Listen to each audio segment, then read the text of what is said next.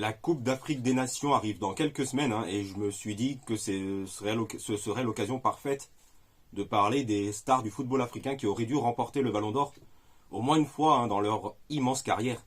Salut à tous les amis, j'espère que vous allez tous très bien. Moi ça va très bien et très content de vous retrouver pour une nouvelle vidéo après avoir passé un très bon réveillon de Noël avec la famille. Et juste avant de démarrer, n'hésitez pas à vous abonner et cliquer sur la petite cloche pour être informé de la sortie des prochaines vidéos, car c'est très important, ça continue à faire grandir la chaîne et ça aide beaucoup pour le référencement. Et aussi, n'hésitez pas à me suivre sur mes réseaux sociaux, Facebook, YouTube, Instagram, X alias Twitter. Et c'est parti, on peut démarrer. Et comme d'habitude, je choisis toujours 5 joueurs pour parler de telle vidéo. Et cette fois-ci, j'en ai trouvé que 4. Et premier joueur qui aurait dû remporter le Ballon d'Or, c'est Samuel Eto'o en 2006. Car Samuel Eto'o, avec le FC Barcelone, a fait une saison exceptionnelle où il remporte le doublé championnat Ligue des Champions avec le FC Barcelone. Et il termine meilleur buteur du championnat d'Espagne avec 26 buts. Et remporte la Ligue des Champions en marquant le but de l'égalisation lors de la finale face à Arsenal. Et après, on connaît la suite. Giuliano Belletti marque le but qui permet au Barça de remporter la Ligue des Champions face à Arsenal au Stade de France. C'était en 2006. Et c'est là qu'on se dit que Samuel Eto'o était clairement un des grands favoris pour le Ballon d'Or. Et c'est... Enfin, moi, je le pense... Et ça, je suis d'accord là-dessus, car Samuel Eto'o, en 2006, c'est quand même meilleur buteur du championnat d'Espagne, doublé saison exceptionnelle, doublé championnat Ligue des Champions avec le Barça. Et pour moi, Samuel Eto'o aurait dû remporter le Ballon d'Or. Mais l'inconvénient, c'est que le Cameroun à ce moment-là n'était pas qualifié pour la Coupe du Monde 2006 en Allemagne, car souvenez-vous, mais je pense que ça parle aux plus anciens. Le Cameroun devait gagner contre l'Égypte, gagner contre l'Égypte et espérer dans le même temps que la Côte d'Ivoire ne gagne pas face au Soudan. Et au final, je crois qu'il y avait eu un partout entre le Cameroun et l'Égypte lors des derniers matchs de qualification pour le mondial en Allemagne, et que dans le même temps, la Côte d'Ivoire a réussi à se qualifier pour la première fois de son histoire en Coupe du Monde.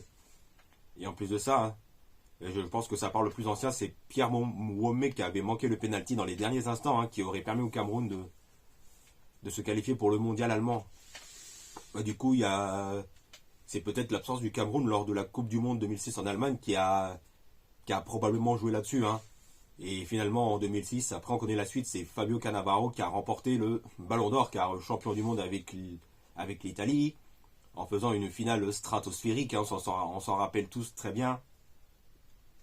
Et même si un autre joueur aurait pu prétendre au Ballon d'Or, c'est Gianluigi Buffon. Vu sa superbe saison avec la Juve entre 2005-2006, même si le titre de champion d'Italie avait été retiré à la Juve par la suite à l'affaire du Calciopoli. Je pense que ça parle au plus ancien, à l'affaire des matchs truqués. Après, autre joueur qui aurait dû remporter le Ballon d'Or, c'est Didier Drogba. Et oui, comme vous le savez sans doute, Didier Drogba a passé une année 2012 exceptionnelle, malgré la saison 2011-2012 compliquée en Première Ligue avec Chelsea. Mais rappelons qu'en 2012, Didier Drogba permet à la Côte d'Ivoire d'atteindre la finale de la CAN face à la Zambie. Et après, on connaît la suite. Match nul, prolongation, séance de tir au but. Et au final, c'est la Zambie qui remporte la CAN à la surprise générale. Et c'est Hervé Renard qui a été le sélectionneur de la Zambie à ce moment-là. Et c'est lui, Hervé Renard, qui a contribué au succès zambien dans cette Coupe d'Afrique des Nations 2012. Et quelques mois plus tard, Didier Drogba participe grandement à la superbe saison des Blues de Chelsea en Ligue des Champions, où il termine dans le top 5 des meilleurs buteurs de la Ligue des Champions 2011-2012. Et lors de la finale face au Bayern Munich, le Bayern ouvre le score grâce à un but de Thomas Müller, mais dans les toutes derniers instants, toutes dernières secondes, secondes du match, Didier Drogba marque et permet à Chelsea d'égaliser et de rester dans le match. Et ensuite, on connaît la suite, prolongation, le score ne bouge plus, tir au but. Et Didier Drogba marque le tir au but victorieux qui permet à Chelsea de remporter la Ligue des Champions pour la première fois de son histoire. Hein. Et c'est à ce moment-là qu'on se dit, enfin moi je le pensais aussi, hein, que Didier Drogba aurait dû remporter le Ballon d'Or hein, lors de cette année 2012. Mais lors de cette année 2012, il faut dire aussi qu'il y avait l'Euro 2012 hein, et l'Espagne qui a remporté un nouveau titre, hein, qui a fait le triplé Euro 2008, Coupe du Monde 2010, Euro 2012, et qu'il y avait aussi d'autres candidats favoris pour le Ballon d'Or, et on peut penser à ce moment-là à Xavi, Iniesta, mais bon, ni Drogba, ni Xavi, ni Iniesta remporteront le Ballon d'Or, puisque c'est Lionel Messi qui va remporter le Ballon d'Or, hein, car il faut dire que Messi a fait une saison 2011-2012 exceptionnelle lui aussi, hein, et avec aussi un titre de champion d'Espagne avec le Barça, hein, et c'est finalement Messi qui remporte le Ballon d'Or en 2012, mais bon, hein, que voulez-vous, hein, le match dans la course au Ballon d'Or, Messi CR7, voilà quoi. Après, autre joueur qui aurait dû remporter le Ballon d'Or hein, en 2019, et il y en a deux, hein, c'est Mohamed Salah. Hein. Et comme vous le savez sans doute, hein, Liverpool a fait une saison exceptionnelle lors de la saison 2018-2019 hein, avec le trio d'attaque excellent avec Salah, Firmino, Mané. Hein. Et Liverpool fait une campagne de Ligue des Champions exceptionnelle lors de la saison 2018-2019. Et en finale, hein, face à Tottenham, Mohamed Salah marque le but. Il me semble que c'est Salah qui marque. Hein. Ouais, je crois que c'est ça. Hein. Mohamed Salah marque en finale de la Ligue des Champions. Hein. Et je crois que Salah marque le premier but. Et je crois que c'est Origi qui marque le deuxième, je crois, si j'ai bonne mémoire. Hein. Enfin, dites-moi si je me trompe, car j'ai peur de dire une bêtise. Et du coup, hein, Mohamed Salah participe grandement à la victoire finale de Liverpool en Ligue des Champions hein, lors de la saison 2018-2019 exceptionnelle. Hein.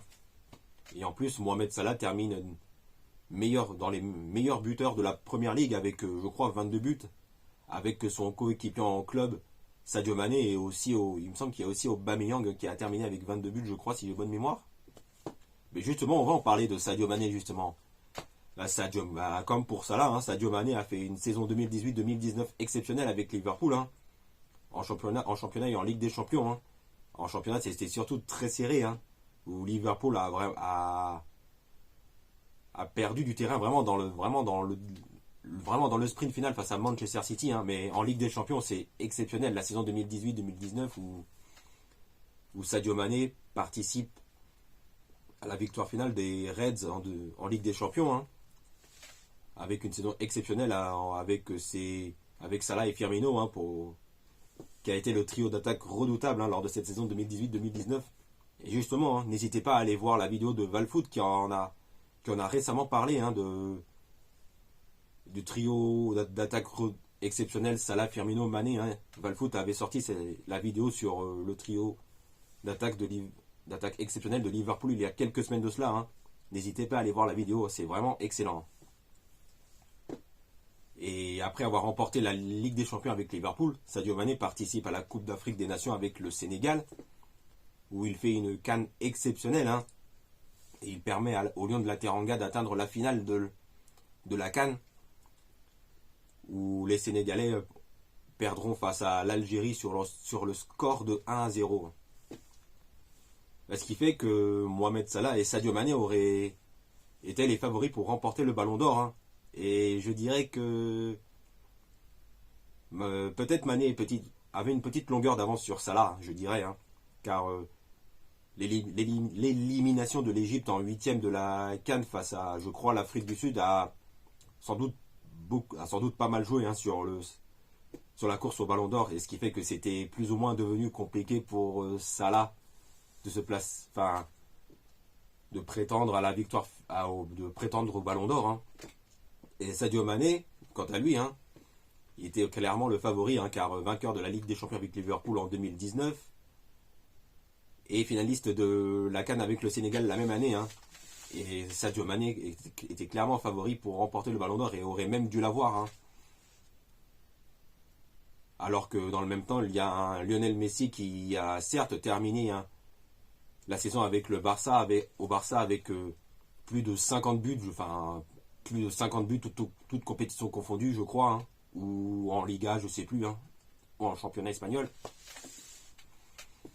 Et en plus, lors de cette année 2019, hein, la saison du Barça est quand même assez compliquée, hein. Et il me semble que le Barça ne remporte pas ne remporte qu'un seul trophée. Il me semble que c'est la Coupe d'Espagne, je crois, hein. Et ça, je n'ai jamais compris pourquoi, hein. Messi a remporté le Ballon d'Or en 2019 alors que Mané et Salah étaient clairement les grands favoris, hein.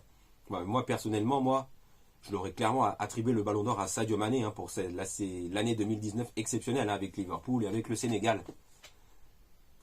Bon, voilà, je crois que c'est tout pour aujourd'hui, hein.